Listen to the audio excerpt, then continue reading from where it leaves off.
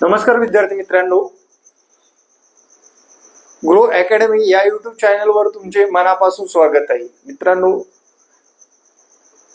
लढाईला जाण्या अगोदर शस्त्र धार असणं आवश्यक असतं। तसं आपल्याला परीक्षेला जाण्यापूर्वी आपले डॉक्युमेंट व्यवस्थित आहेत का हे एकदा चेक करून घ्या। डॉक्युमेंट मध्ये एकही गोष्ट जर कमतरता जाणवली तर तात्काळ ती डॉक्युमेंट काढून घ्या। आता वेळ आहे सध्या। मी बोलतोय शिक्षक भरतीच्या डॉक्युमेंट बद्दल। शिक्षक भरतीला लागणारे कागदपत्र, शिक्षक भरतीमध्ये TAIT चा फॉर्म भरताना लागणारे आवश्यक कागदपत्रे याबद्दल आपण सविस्तर चर्चा आजच्या या व्हिडिओमध्ये करणार आहोत। तत्पूर्वी आपल्या ग्रो अकॅडमी या लाडक्या चॅनलवर तुम्ही नवीन असाल तर चॅनलला सबस्क्राईब करायला विसरू नका। चला मित्रांनो, चालू करून देऊ। तसेच विद्यार्थी मित्रांनो, आपली TAIT 3 ची बॅच चालू झालेली आहे। फास्ट मध्ये आपल्याला सर्व विषयाला म्हणजे एकदम व्यवस्थितरित्या रोजच्या लेक्चरच्या माध्यमातून, विश्लेषणाच्या माध्यमातून, सरावांच्या माध्यमातून टेट 3 ची बॅच चालू झालेली आहे। ज्या विद्यार्थ्यांनी ही बॅच जॉईन करायचंय त्या विद्यार्थ्यांनी मला या संपर्क क्रमांकावर संपर्क साधावा। हा संपर्क क्रमांक व्हॉट्सअप आहे। बॅचचे स्वरूप आहे लाईव्ह प्लस ज्या विद्यार्थ्यांना शक्य नाही किंवा वेळ मिळत नाही त्यांना रेकॉर्ड प्लस ई नोट्स स्वरूपात तुम्हाला नोट्स सुद्धा प्रोव्हाइड केल्या जाणार आहेत। सर्व विषयाच्या टोटल विषयाच्या नोट्स सुद्धा उपलब्ध आहेत। ओके, चला मित्रांनो, आपण आजच्या या व्हिडिओमध्ये लागणारे TAIT चा फॉर्म भरताना लागणारे डॉक्युमेंट विषयी बोलणार आहोत। मित्रांनो, आपण 10वी पास झालोय, बरोबर? इथून चालू होईल, लक्षात घ्या। 10वी पास झालोय म्हटल्यानंतर इथे मार्क मेमो प्लस याचं सर्टिफिकेट सुद्धा तुमच्याकडे असणं गरजेचं आहे, बरोबर? काही लोक आमच्या मराठवाड्यातले याला सनद असे म्हणतात, ठीक आहे? मार्क मेमो, सनद दोन्ही गोष्टी तुमच्याकडे असणं आवश्यक आहे। नसतील तर मार्क मेमो नसतील किंवा सनद नसेल तर लवकरात लवकर काढून घ्या। त्यानंतर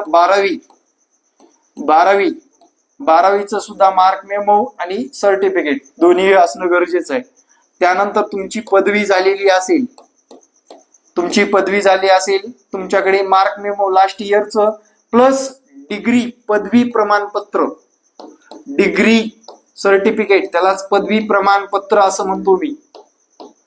ओके, पदवी प्रमाणपत्र आवश्यक असतं, ठीक आहे? तुम्ही पदव्युत्तर असाल किंवा PG झालेली आहे, पदव्युत्तर PG पोस्ट ग्रॅज्युएशन लास्ट इयरचं मार्क मेमो, त्यानंतर पदव्युत्तर पदवी प्रमाणपत्र लक्षात घ्या, त्याचं सुद्धा पोस्ट ग्रॅज्युएशनचं सर्टिफिकेट हे झालं। त्यानंतर व्यावसायिक शिक्षण तुमचं DED किंवा BEd असेल ते पण पूर्ण झालेलं पाहिजे।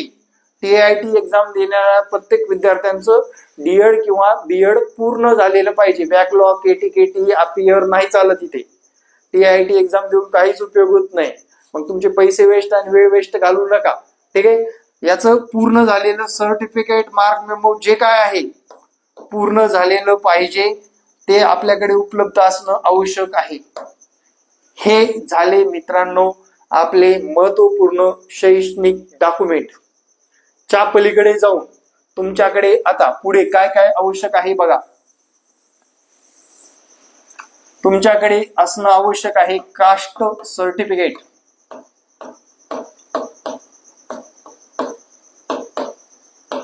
तुमच्याकडे काय असणं गरजेचं आहे? Caste certificate. त्याला जर NCL नॉन क्रिमिलेअर आवश्यक असेल तर त्याची डेट व्हॅलिड डेट नुसार असणं आवश्यक आहे, तात्काळ काढून घ्यावी। त्यानंतर मराठा आरक्षण ज्या विद्यार्थ्यांना लागू होतं, SC BC ज्यांना आरक्षणाची आवश्यकता आहे SC BC काढून घ्या।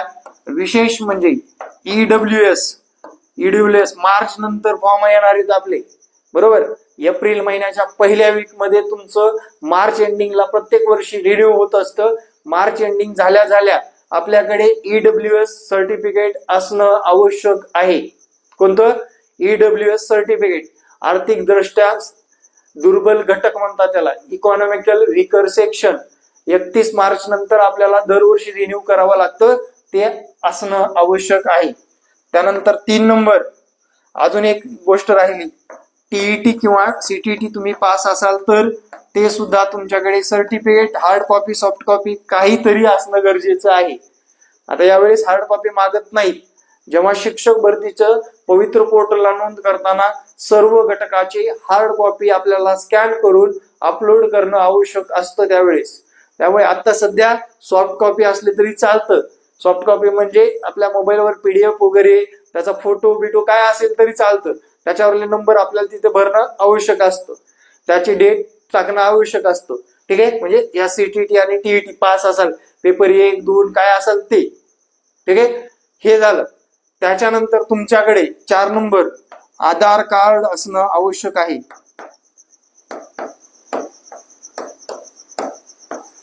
काय? आधार कार्ड आवश्यक आहे. हे सर्व व्हॅलिड डॉक्युमेंट असणं आवश्यक आहे मित्रांनो. एक्सपायर झालं, उंदरानं खाल्लं, हरवलं, हे कारण तिथे चालत नाही. ठीक आहे, मागच्या वेळेस असंच एकाने म्हटलं की माझं अर्ध डॉक्युमेंट कुरतडलं गेलं, नाही चालत. त्याच्यावरला नंबर दिसत नाही, नाही चालत. त्यानंतर तुम्ही महाराष्ट्राचे रहिवासी आहात का? डोमॅसाईल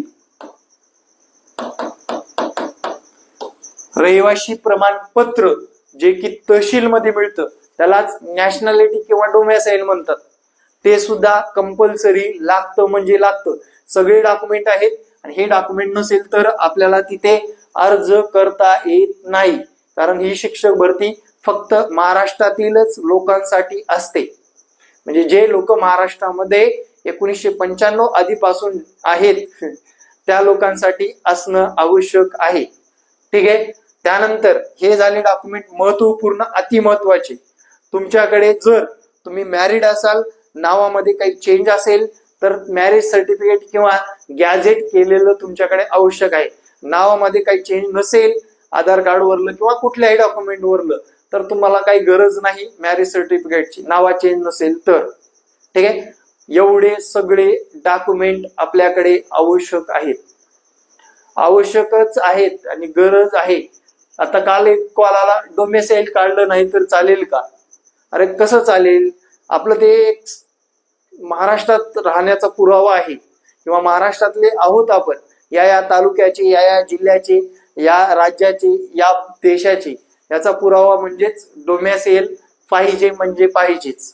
ठीक आहे, आता नसेल तर काढायला वेळ आहे ना, नसेल तर आपल्याकडे काढायला वेळ आहे, ते काढून घ्या. ठीक आहे, आता हे सांगण्याचा हेतू काय आहे? अभ्यासातील गॅप, शिक्षणापासून थोडे दिवस राहिलेले, म्हणजे अभ्यासापासून दूर गेलेले, शिक्षण आणि महिला असल्यामुळे त्यांच्या डॉक्युमेंटकडे विशेष लक्ष दिलं जात नाही. ते आपण आपलं लक्ष देऊन एकदा चेक करा. सर्वांनी घरी जाऊन, म्हणजे घरी आपल्या कोणते कोणते डॉक्युमेंट आपल्याकडे आहेत ते चेक करा. बऱ्याच लोकांचं मागच्या परीक्षेमध्ये डॉक्युमेंटमुळे सिलेक्शन रोखलं गेलेलं आहे. बरोबर, याच्यात कुठलाच डुप्लिकेटपणा चालत नाही, लक्षात घ्या. एकदम काटेकोर नोंदणी होते.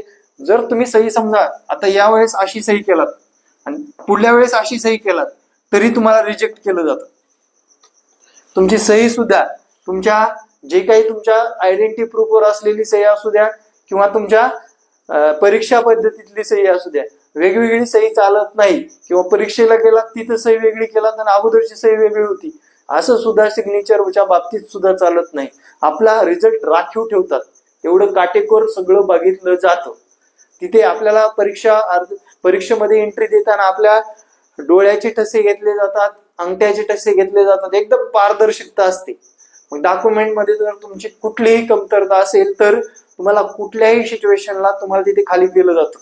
जर समजा एखाद्या वेळेस शिक्षक, आता तुम्ही सोलापूरचं प्रकरण पाहिलंच असेल, 5 लोकांना डायरेक्ट नियुक्ती पत्रकातून निलंबित करण्यात आले कारण डॉक्युमेंटमध्ये त्यांच्या गफलत होती, डॉक्युमेंटमध्ये फ्रॉड होती. ठीक आहे, म्हणून डॉक्युमेंट काढताना सर्व गोष्टी पाहून घ्या. आणि विशेष म्हणजे तात्काळ डॉक्युमेंट काढत असताना पैशाच्या आमिषापोटी तुमचं डॉक्युमेंट काही लोक डुप्लिकेट देऊ शकतात. ई सेवा केंद्रवाल्यावर असे प्रकार घडलेले आहेत आतापर्यंत. डुप्लिकेट डॉक्युमेंट, एकाचं डोमॅसाईल तो होता लातूरचा, निघाला साताऱ्याचा पुन्हा. तसं डोमॅसाईलवर नाव वगैरे सगळं त्याचंच, पण त्याचा बारकोड नंबर दुसरा सातारचा निघाला. असं अजिबात चालत नाही, लक्षात घ्या. त्यामुळे डॉक्युमेंटच्या बाबतीत व्यवस्थितरित्या आपल्याकडे डॉक्युमेंट असणं गरजेचं आहे. कागदपत्र व्यवस्थित ठेवा.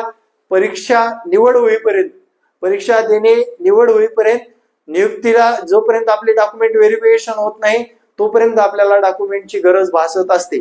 त्यामुळे कागदपत्राच्या बाबतीत एकदम व्यवस्थितरित्या आपल्याला अलर्ट राहणं गरजेचं आहे.